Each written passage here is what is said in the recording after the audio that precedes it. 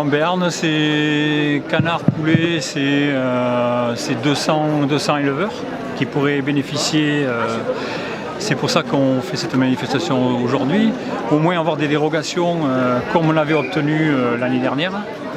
Parce que c'est vrai que sur cette feuille de route du ministère, on n'a plus rien.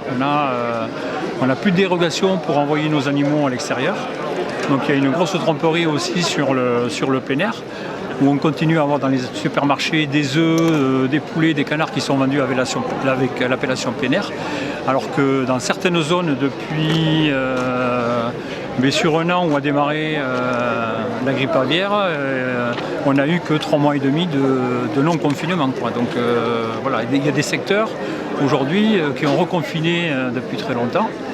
Et donc là aujourd'hui, depuis le début de ce mois-ci, toutes les volailles doivent être confinées, même les particuliers.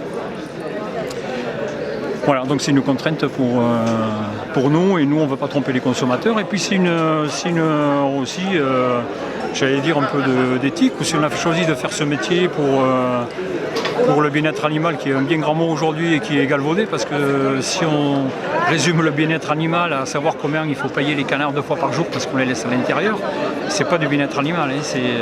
Voilà. Donc nous, on veut que nos animaux aillent à l'extérieur.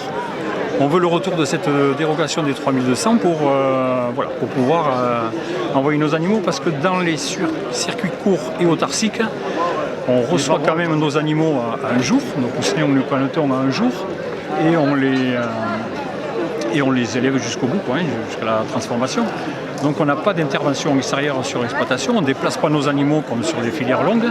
Voilà, on fait courir moins de risques, même si par hasard, alors je ne vais pas vous refaire le sketch de Bigard, mais si par hasard il y a un oiseau migrateur qui se pose et si par hasard il vient contaminer nos volailles, on fait courir le risque à nous-mêmes.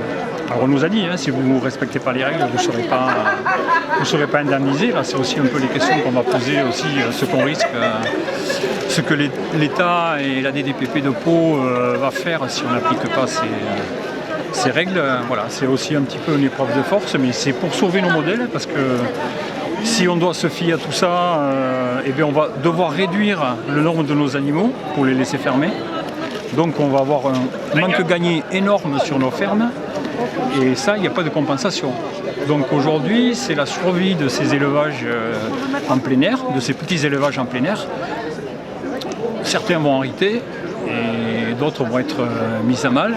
Et même toutes ces contraintes sanitaires sur les filières longues, même sur les filières longues aussi, les éleveurs, ils sont contraints à investir, à passer plus de temps sur les élevages à cause de la biosécurité, du confinement.